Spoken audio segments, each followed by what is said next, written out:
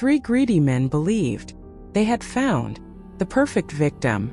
They were mistaken.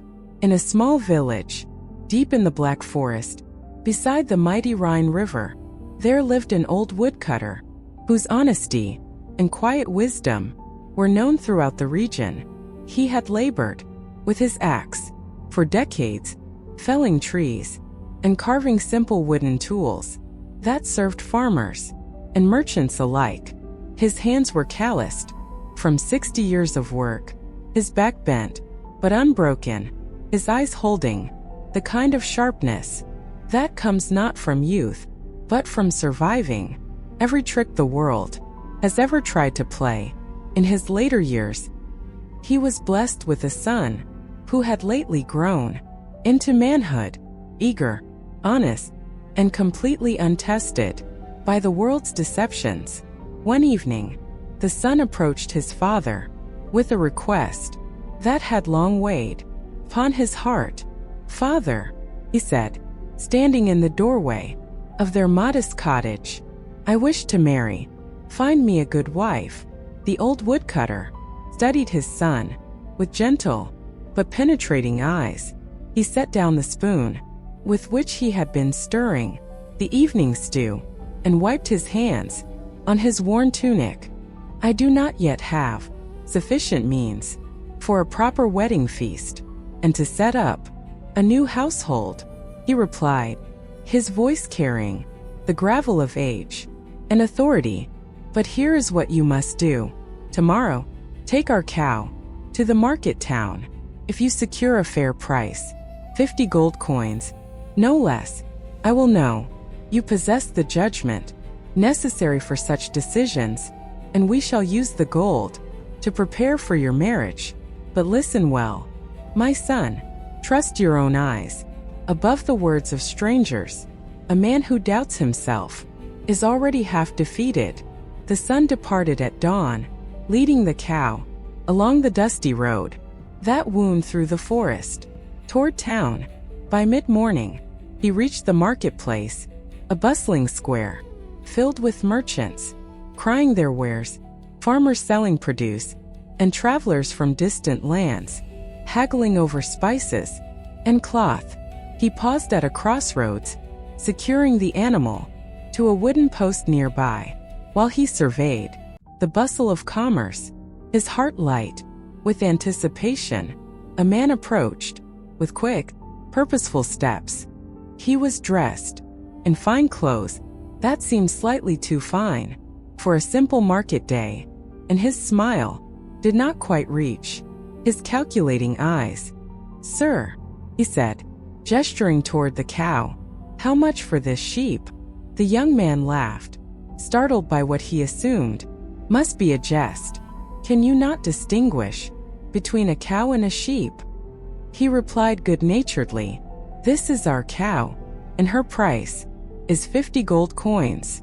The stranger smiled, patient, knowing expression that suggested he was humoring a simpleton.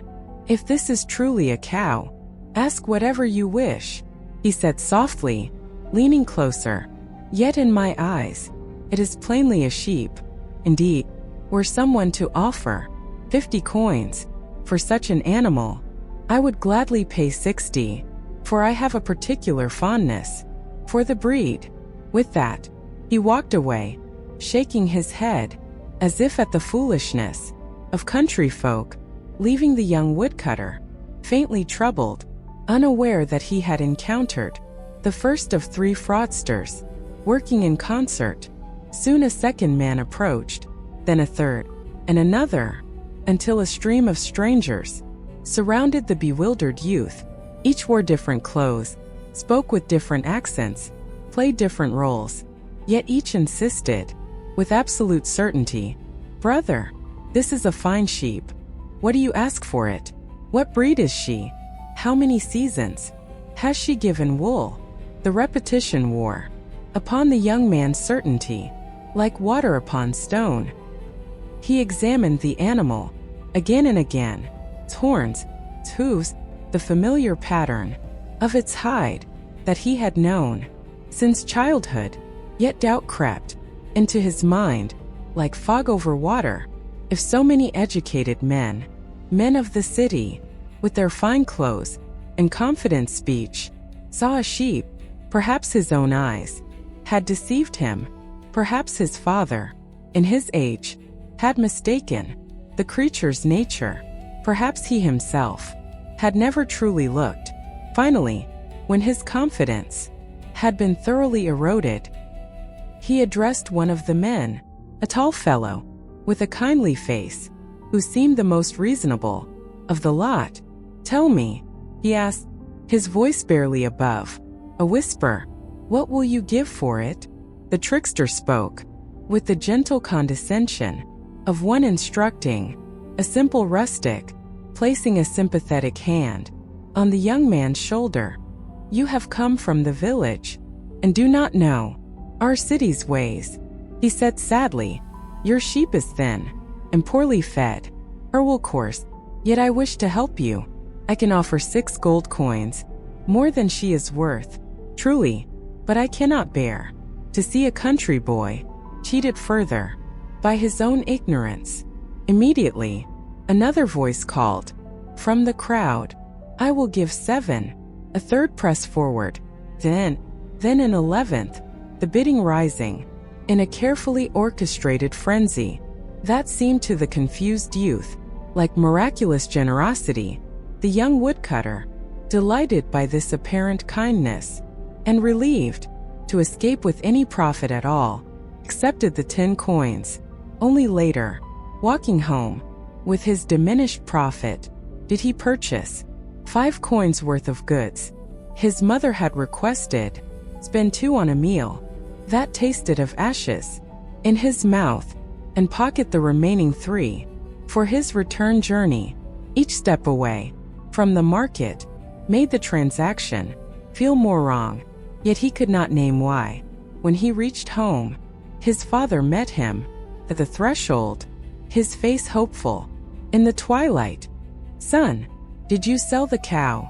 "Father," the young man replied, with the fervor of one who has finally grasped a hidden truth, "I swear to you, it was not a cow, but a sheep. You were the one mistaken." The men of the city, they all saw it clearly. I was fortunate to get 10 gold coins, for she was poorly bred. The old woodcutter's brow furrowed, his expression shifting from confusion to dawning comprehension. "What words are these?" he asked quietly. The son recounted the tale in full, the strangers, their certainty, the bidding war, his own growing doubt. Then, with pride that broke his father's heart, he produced a small carved wooden charm from his pocket. "For my future child," he said. "I saved 3 coins. You see, I thought it would be a good omen." The father took the trinket with heavy hands, feeling the rough carving that his son had selected with such hope. "Keep this safe," he said, his voice strange and distant. "You have much to learn. They have made a fool of you, my son, but do not despair. I shall teach them that wisdom has longer arms than greed, and that an old man in the forest has more tricks than 3 thieves in the city." That night, the old woodcutter sat by the fire until the embers died, planning. He owned a donkey, thin but sturdy, which carried his bundles of firewood to market. The following morning, he rode to a wealthy merchant he had known for 30 years and made an unusual request. "Brother," he said, "lend me 10 gold coins, and I pledge my woodland plot by the river as security. I need them for 1 day only." The merchant, knowing the woodcutter's reputation for honesty that had never once faltered in 3 decades, agreed without hesitation.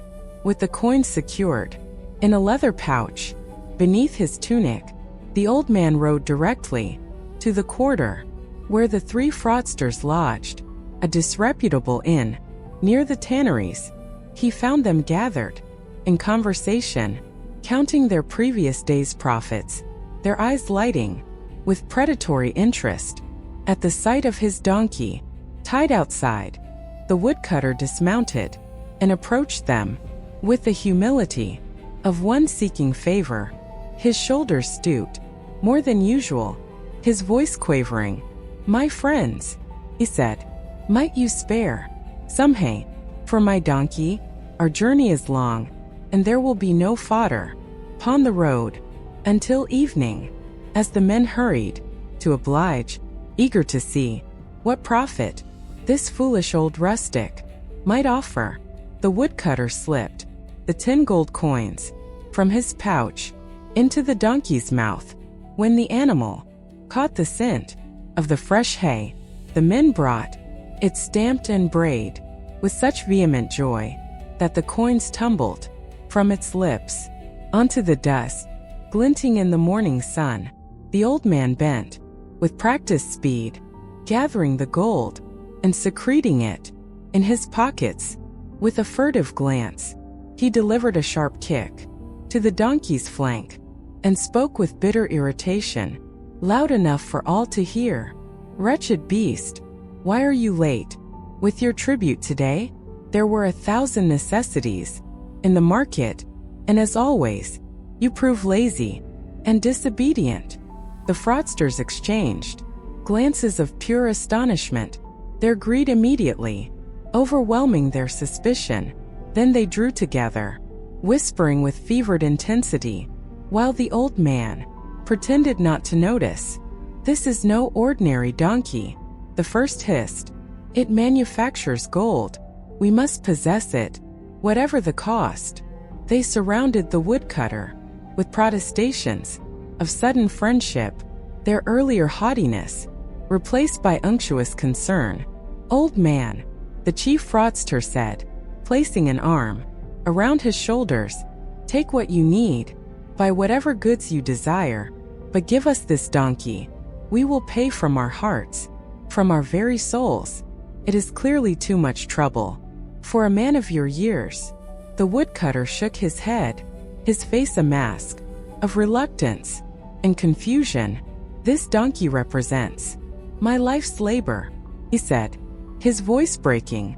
"I have chopped wood in the forest for 60 years, yet never prospered. Now this creature provides my daily bread. Without toil, my only comfort in old age. How can I part with my only security, my only friend?" The fraudsters conferred, their greed mounting to frenzy. At last they offered 1,000 gold coins, a fortune that would buy 10 such donkeys, 100, yet they counted it cheap for a beast that minted gold. The bargain was struck with elaborate show of reluctance on both sides. The donkey changed hands. The old woodcutter walked away with measured steps, then turned to deliver final counsel, his face grave with warning. "Listen well, my friends, for this is vital. Confine the donkey to a room without light or air. Complete darkness is essential. Place 5 measures of oats before him with water and sweet hay. Seal the door for 30 full days, neither peeking nor entering, no matter what sounds you hear. In return, wealth beyond counting shall be yours. But mark me, if you break the seal early, the magic is broken forever." The men obeyed precisely, their greed making them perfect students. For 30 days, they guarded the sealed room, imagining the gold accumulating behind the door, hearing in their dreams the clink of coins multiplying. They argued about how to spend it, fought over shares, planned their new lives as wealthy men. When the month had passed, they found the entrance stubbornly resistant, as if something pressed against it from within. "So much treasure has gathered that the very door is blocked," the first cried. They broke through with axes and shoulders, splintering the wood. In their eagerness, within, the donkey lay dead upon the stones, its body thin and wasted, eyes glazed No gold glinted. In the shadows, only empty vessels, spoiled oats, and stagnant water that smelled of decay. One screamed into the silence, "We are ruined. The old man has destroyed us." Rage consumed them, black and absolute. "We will bury him alive," they swore. "We will make him suffer, as we have suffered." Yet the old woodcutter had anticipated their return. He found a young fox in the brush beyond his woodshed, a clever creature with bright eyes, and tethered it near his door with a long rope. Then he spoke to his wife, "Today 3 men will come, seeking vengeance. Prepare 3 bowls of stew and 3 glasses of water. When I ask how you knew of their arrival, say simply that the fox brought the news. Nothing more." The fraudsters arrived within the hour, their faces dark with fury, clubs in their hands. They found the woodcutter seated calmly on a stump, a fox tied nearby, seemingly at peace. Their anger faltered before this strange tableau, this unexpected calm. The woodcutter rose in greeting, as if welcoming honored guests. "Come, friends, let us share a meal. You have traveled far and look weary." Then he turned to the fox with solemn command, his voice carrying the weight of magic. "Go, tell my wife that 3 visitors have arrived. Prepare food for 3. We follow shortly." The young fox, trained to run home at any excuse, bolted into the undergrowth and vanished toward the cottage. The fraudsters stood transfixed, their clubs lowering. Unconsciously, an hour's walk brought them to the woodcutter's cottage, where 3 steaming bowls awaited on the rough table, 3 glasses of water beside them. The wife greeted them without surprise, as if she had known they were coming. The fox delivered, "Your message," she said simply, and said no more. After the meal, when the fraudsters sat, confused and suspicious, the woodcutter himself broached the subject. "I suppose you wish to discuss the donkey, though that matter is concluded by our agreement." "No, no," the chief fraudster interjected, his eyes fixed on the empty doorway where the fox had been. "Only give us this fox. Name your price." The woodcutter sighed, peering deeply reluctant. "If you insist, I cannot refuse a guest, but such a creature commands at least 100 gold coins. It is trained, you see, magical in its way." They paid gladly, certain they were stealing treasure, and bore the fox away in triumph. The following day, they sent the fox from their workplaces with instructions, "Go home, tell our wives to prepare dinner." When they returned at dusk, hungry and tired from labor, they found no fire, no food, their houses cold. Their wives stared at them in blank confusion, denying any message had come. Comprehension crashed upon them like a wave. They had been deceived again, outwitted at every turn. Their rage knew no bounds, consuming reason itself. "We will not rest until that woodcutter answers for everything," they swore. This time, no tricks, no bargains, only justice. They found him at his woodshed, seemingly defenseless. They beat him until his cries echoed across the fields, stuffed him into a sack, bound it tight, and set off for the river to drown him, their faces set with grim determination. The journey wearied them, their rage cooling to sullen exhaustion. Beneath a spreading oak, they paused to rest, setting the sack upon the ground. That moment, a shepherd passed with his flock, a young man with simple clothes and simpler dreams, and heard a muffled voice from the sack. "Who is within?" the shepherd asked, curious and concerned. The woodcutter, recognizing his opportunity, despite his bruised body, spoke with the resignation of one accepting fate. "I am a shepherd," he said, his voice muffled, but clear. "The king's daughter has declared she will marry none but a man of my profession, and now the king commands that all shepherds be captured and brought to the palace. These men have seized me and bear me to my wedding, whether I will or no." The shepherd's eyes grew wide with wonder and desperate hope. "Fortune smiles upon you," he breathed. "The princess herself?" "Fortune mocks me," the woodcutter replied mournfully. "I am a simple man. Palace walls would be my prison. I want only my flock, my freedom, my sky. Then exchange places with me," the shepherd said quickly, already untying the sack. "I will go to the princess. You take my sheep."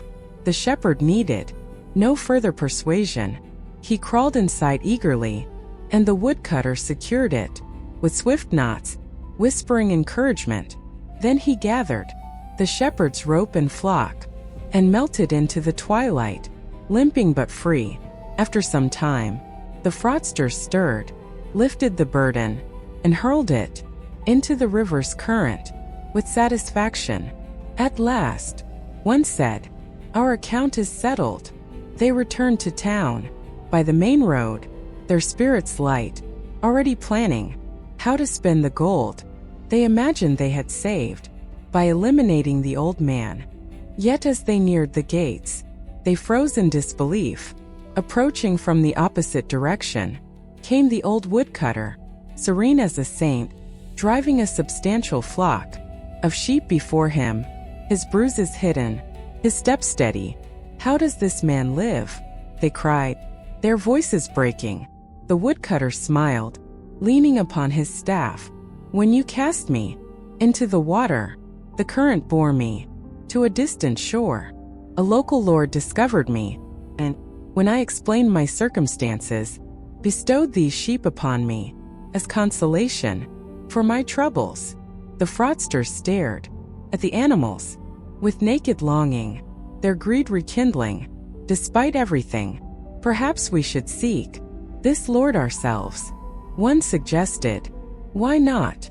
The woodcutter agreed easily. He was generous to a fault. He often remarked that none who came to him departed empty-handed.